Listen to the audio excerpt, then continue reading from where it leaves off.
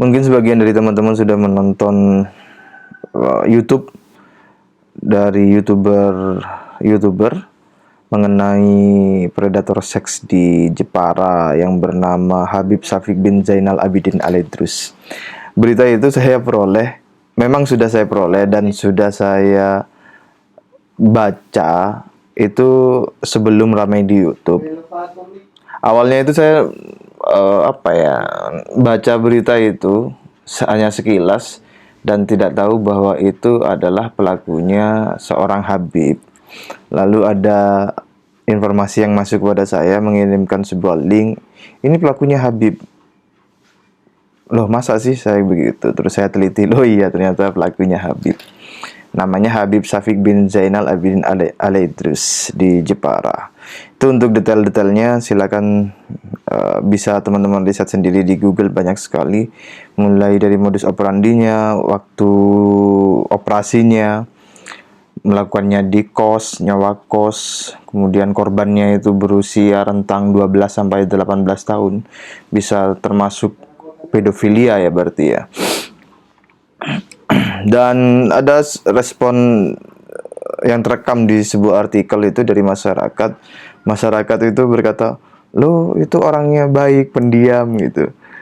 Ya, itu adalah respon umum yang polanya hampir dapat kita temui di berbagai kasus yang semacam ini.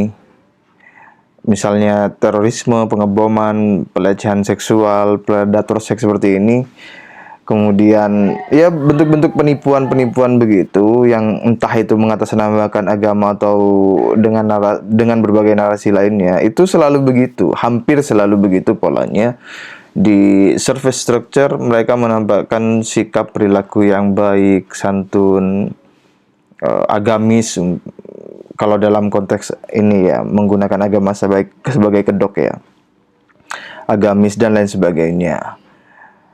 Itu sudah modus operandi yang umum, sebab orang tidak akan tertipu kalau surface structure atau foreground lah, latar depan kita itu menunjukkan kekasaran, kejahatan, keburukan.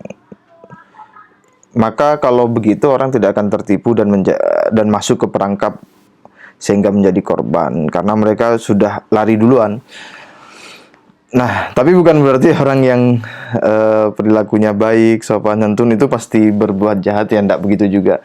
Maksud saya adalah jangan jadikan surface structure atau foreground, perilaku permukaan seseorang itu atau penampilan seseorang itu sebagai satu-satunya indikator bahwa orang itu betul-betul baik gitu. Jadi semuanya mesti diperhatikan, diteliti, ditimbang seluruh elemennya. Karena banyak orang yang di permukaannya itu baik, namun di keaslian diri dan kehidupannya itu menyimpan kejahatan-kejahatan, keburukan-keburukan. Bahkan para koruptor kan juga begitu kan, baik sekali di depan umum, tersenyum, menyapa gitu. Bahkan ketika ditangkap juga senyum-senyum juga kan koruptor. Kalau di pengadilan tiba-tiba dulu ada fenomena tiba-tiba pakai kopiah, pegang tasbih.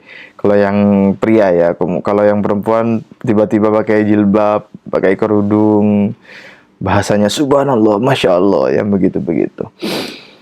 Dan mudah-mudahan masyarakat semakin cerdas dalam melihat, meneliti, mengobservasi dan mengidentifikasi. Nah, saya itu memperoleh informasi itu, kemudian saya terinspirasi dari Liga Klasemen Korupsi Indonesia. Itu kan netizen itu sangat kreatif, alhamdulillah, kreatif dan kritis ya dalam hal korupsi ini. Klasemen terupdate Liga Korupsi Indonesia, nomor 1 Pertamina 968,5 triliun, PT Timah 300 triliun dan seterusnya. Nah, di sini saya secara cepat dan ringkas itu membuat pencarian di Google mengenai kasus-kasus pelecehan seksual, pemerkosaan atau predator seks dari klan Habib Alwi. Kemudian kita bikin klasemen liganya. Ini hanya beberapa saja yang hanya 4 ya yang saya tampilkan di situ, dengan jumlah korban yang lumayan, bahkan fantastis. Ini ada yang pertama adalah nomor 1 peringkatnya Habib Hasan Assegaf, Majelis Nurul Mustafa, Kota Jakarta, korban ratusan. Sumbernya juga saya cantumkan ya. Kemudian kasus yang terbaru, oh iya, Habib Hasan Assegaf ini Majelis Nurul Mustafa itu sudah meninggal dunia. Dia itu juga yang menghina Bilal, sahabat Nabi, kemudian mati dia. Kalau TJ bilangnya tiren itu, Habib Hasan tiren, mati kemarin. Kemudian peringkat kedua adalah yang barusan ini, yang dari Jepara, yaitu Habib Syafiq bin Zainal Abidin Alaidrus. Korbannya 31 sampai saat ini, dan itu kemungkinan bisa bertambah. Polisi juga mengatakan untuk korban-korbannya yang belum melapor diharapkan melapor, begitu. Kemudian juga di 2 tahun terakhir ini, peringkat 3 adalah Habib Ali Jindan. Kalau tidak salah dari kota Bekasi atau kota mana, nanti tolong dikoreksi ya. Atau Bekasi dan sekitarnya lah. Itu korbannya di angka 26 wanita. Dan itu bisa bertambah juga kalau ada tambahan-tambahan laporan dari korban-korban yang belum melapor. Kemudian dari Kalsel, Kalimantan Selatan, Habib Ahmad Suryani. Itu korbannya 16 santri. Begitu, jadi klasemennya begitu. Tentu ada banyak kasus yang kecil, bukan kecil-kecil, mohon maaf. Kasus dengan kuantitas korban yang 1, 2, 3, 4, 5 yang begitu ya, yang itu butuh diteliti lagi kalau mau sepenuhnya kita membuat klasemen Liga Predator Seks Klan Habib Alwi secara lengkap begitu. Termasuk Habib, kalau berdasarkan informasi dari YouTube Benteng Nusantara itu Habib siapa namanya ya? Habib Hasan dari Probolinggo atau dari mana begitu. Itu juga yang melakukan pemerkosaan kepada santrinya di hotel dan lain sebagainya itu. Tadi ini punyanya Aulia tadi. Siapa kan Pak Putri jenengan? Jadi hubungan ayah suami istri sudah dipaksa. Sama siapa itu? Sama Habib Hasan. Itu selaku pengasuh pondok pesantren. Pondok pesantren Nurul Iman. Pondok pesantren Nurul Iman. Saya dalam keadaan bergerak bergerak. Saya langsung dibuarkan badan saya langsung dibuka, saya dengan terpaksa. Saya sampai tidak tahu rasanya itu dipaksa sampai saya sedang menendang sudah ini semuanya di sana. Malah sampai kayak gini. Sudah direncanakan ya? Sudah direncanakan. Kau bilang boleh dikatakan sudah direncanakan. Dia sudah bawa pil, Pak. Bawa pil sudah. Diminumkan sama anak saya. Itu. Oh, dikasih pil ya? Dikasih pil sama saya. Dia bilang pilnya dari Hadramaut. Indonesia ini milik Aulia tadi. Indonesia.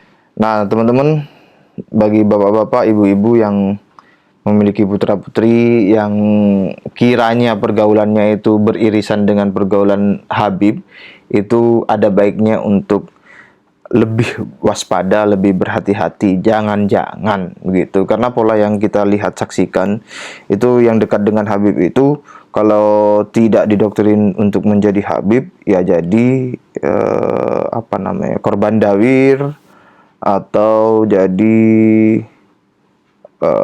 korban pelecehan seksual, penipuan, kerja tidak dibayar, serta kasus-kasus lainnya itu.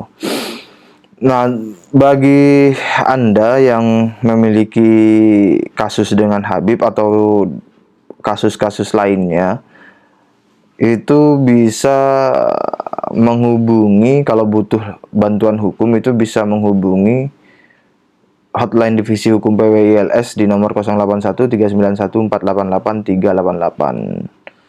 Atau kalau di wilayah DKI Jakarta itu bisa menghubungi hotline Lembaga Bantuan Hukum Perjuangan Wali Songo Indonesia Laskar Sabilillah Daerah Khusus Jakarta di nomor 0899 3711 926. Saya juga udah nonton videonya Rizik Syihab dengan Arie Untung itu, tapi belum bisa saya bikinkan responnya secepat mungkin karena banyak sekali yang harus diurus gitu. Tapi silakan ditonton di sana framing-framing dan drama-drama penyesatan opini dari Rizik Syihab itu. Terima kasih. Assalamualaikum warahmatullahi wabarakatuh.